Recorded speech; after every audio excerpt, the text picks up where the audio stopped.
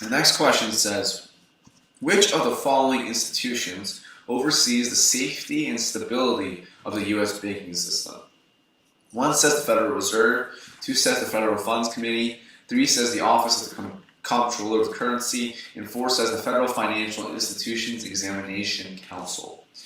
So this is really just a definition-based question. The correct answer is the Federal Reserve. They're a regulatory body that regulates the banking system. They regulate commercial banks. They regulate the federal funds rate. And so there's a lot of things that they're doing here to kind of make sure that the the banking system is very stable.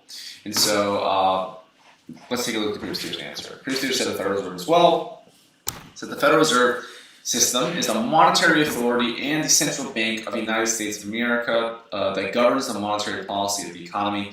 It is tasked with the responsibility of overseeing and regulating the commercial banking system of the country, stabilizing the financial system, determining the availability of money in the market by influencing the credit creation ability of financial institutions through various monetary policy tools, such as open market operations, discount rate, reserve ratio, federal funds rate, etc., and providing financial services to the government of the United States, depository institutions, and foreign official institutions. Great.